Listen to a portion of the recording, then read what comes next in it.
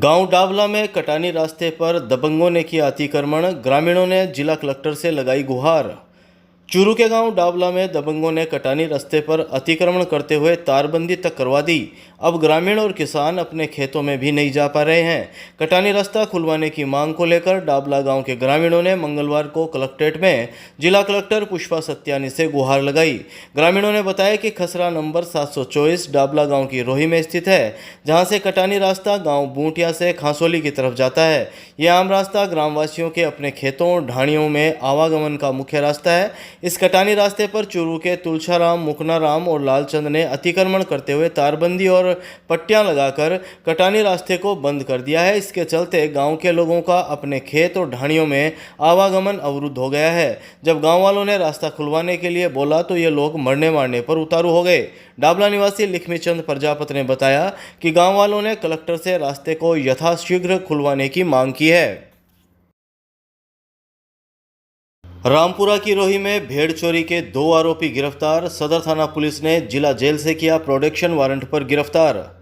चूरू के गांव रामपुरा की रोही से भेड़ चोरी के मामले में सदर थाना पुलिस ने 2 आरोपियों को गिरफ्तार किया है। गिरफ्तार आरोपी पशु चोर गैंग के सदस्य हैं, जो रेकी करने के बाद वाहनों से भेड़ बकरियों की चोरी करते हैं। सदर थाना के एएसआई गिरधारी लाल सैनी ने बताया कि गांव रामपुरा के इंद्रचंद जाट ने 30 जून 2024 को मुकदमा दर्ज करवाया था कि 22 जून को गांव की रोही से कुछ लोग कैंपर गाड़ी में भेड़ें चोरी कर ले गए हैं। पुलिस ने मुकदमा दर्ज कर जांच शुरू की और हरियाणा के झज्जर निवासी रवि कुमार और गंगाराम को गिरफ्तार कर लिया। दोनों आरोपियों को जिला जेल से प्रोडक्शन वारंट पर गिरफ्तार किया गया है। इनके खिलाफ गांव रामपुरा और जसरासर से भी मवेशी चोरी करने के मुकदमे दर्ज हैं। NH52 राजगढ़ पुलिया पर बाइक को बोलेरो ने मारी टक्कर, हादसे में 25 वर्षीय युवक की मौत। चूरू के NH52 राजगढ़ पुलिया पर एक बाइक को बोलेरो ने टक्कर मार दी। हादसे में गांव दूधवाखारा के 25 वर्षीय व्यक्ति की मौत हो गई। कोतवाली थाना पुलिस ने मृतक के शव को अस्पताल की मोर्चरी में रखवाया, जहां पोस्टमार्टम के बाद शव परिजनों के सुपुर्द किया गया। मृतक के भाई की रिपोर्ट पर कोतवाली थाने में मुकदमा भी दर्ज हुआ है। कोतवाली थाने के हेड कांस्टेबल सुभाष चंद्र ने बताया कि गांव दूधवाखारा के अशोक कुमार ने रिपोर्ट दी कि उसका भाई सुमित जांगीड़ चूरू की SK फाइनेंस कंपनी में काम करता था। जब वह बाइक पर रतन नगर से दूधवाखारा जा रहा था, तभी NH52 राजगढ़ पुलिया पर सफ़ेद बोलेरो ने बाइक को टक्कर मार दी। हादसा इतना भीषण था कि बाइक क्षतिग्रस्त हो गई और सुमित की हादसे में मौत हो गई। पुलिस ने उसे राजकीय भर्तिया जिला अस्पताल के आपातकालीन वार्ड पहुंचाया, जहां चिकित्सकों ने उसे मृत घोषित कर दिया। इसके बाद पुलिस ने शव को पोस्टमार्टम के लिए मोर्चरी में रखवाया, जहां मंगलवार को शव का पोस्टमार्टम कर शव परिजनों के सुपुर्द किया गया।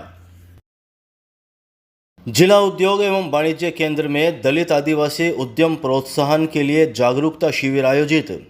चूरू के जिला उद्योग एवं वाणिज्य केंद्र में डॉक्टर भीमराव अंबेडकर राजस्थान दलित आदिवासी उद्यम प्रोत्साहन योजना को लेकर विशेष जागरूकता शिविर आयोजित किया गया। उद्योग महाप्रबंधक नानूराम गहनोलिया ने बताया कि शिविर में योजना की विस्तृत जानकारी देने के साथ साथ प्रधानमंत्री श्रम योगी मानधन पेंशन योजना, प्रधानमंत्री रोजगार सृजन कार्यक्रम, मुख्यमंत्री लघु उद्योग प्रोत्साहन योजना, आर्टिजन परिचय पत्र आदि विभागीय योजनाओं की जानकारी दी गई तथा पात्र व्यक्तियों के आवेदन भी तैयार करवाए गए। ये डॉक्टर भीमराव अंबेडकर राजस्थान सरकार की स्कीम है। ये जो वंचित तबके के लोग हैं, इनको उत्थान देने के लिए डॉक्टर भीमराव दलित आदिवासी उद्यम प्रोत्साहन योजना शुरू की गई है। इसमें इंडस्ट्री, सर्विस और ट्रेडिंग तीनों तरह के प्रोजेक्ट कवर होते हैं और इसमें 25% प्रोजेक्ट कॉस्ट का सब्सिडी है, प्लस 25 लाख जो भी कम होगा वो इसमें सब्सिडी है। इसमें इंडस्ट्री लगाने के लिए 10 करोड़ रुपए तक लोन का प्रावधान है। सर्विस सेक्टर का उद्योग लगाएगा 5 करोड़ रुपए तक का प्रावधान है और ट्रेडिंग के लिए 1 करोड़ रुपए तक का ऋण का प्रावधान है। इस प्रकार तीनों ही श्रेणियों में जितना कैंडिडेट को पैसे की आवश्यकता होती है उतना इसमें लोन का प्रावधान है। तो उद्यमी अपना बिजनेस शुरू करने में, उद्योग शुरू करने में किसी प्रकार की वित्तीय असावधानी नहीं होती है सर इसमें। लॉरेंस गैंग के गैंगस्टर वीरेंद्र चारण ने रंगदारी के लिए चूरू के ट्रांसपोर्ट व्यवसायी को दी जान की धमकी, व्यवसायी ने SP से लगाई गुहार।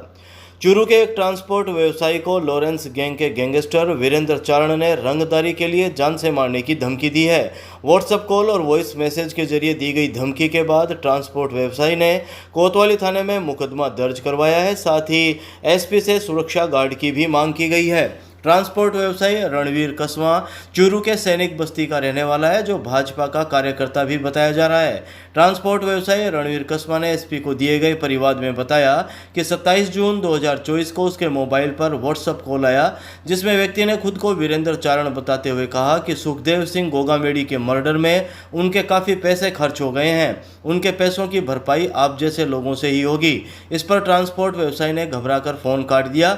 इसके कुछ ही देर बाद उसके व्हाट्सएप पर वॉइस मैसेज आया। ये वॉइस मैसेज राजस्थानी भाषा में दिया गया था, जिसमें रुपयों की मांग करते हुए धमकी दी गई थी। अभी हाल ही में 6 जुलाई 2024 को भी ट्रांसपोर्ट व्यवसायी के मोबाइल पर कॉल आया। जब उसने रिसीव नहीं किया तो वॉइस मैसेज भेजा गया, जिसमें वीरेंद्र चारण ने राजस्थानी भाषा में धमकी देते हुए कहा कि उसने ट्रांसपोर्ट व्यवसायी रणवीर के बच्चों की रेकी कर ली है, अगर रुपए नहीं दिए तो बच्चों को नुकसान पहुंचाने की धमकी दी गई। इसके बाद ट्रांसपोर्ट व्यवसायी के एक मित्र को व्हाट्सएप कॉल पर धमकी दी गई कि रणवीर कसवा को समझा देना, वह पैसे दे दे वरना उसको और बच्चों को जान से मार दूंगा। रिपोर्ट के आधार पर कोतवाली पुलिस ने भारतीय न्याय संहिता की धारा 308 में मुकदमा दर्ज किया है। परिवाद में ट्रांसपोर्ट व्यवसायी ने बताया कि वीरेंद्र चारण और उसकी गैंग के सदस्यों से उसे और उसके परिवार को जान का खतरा है, इसलिए निजी सुरक्षा गार्ड प्रदान किया जाए।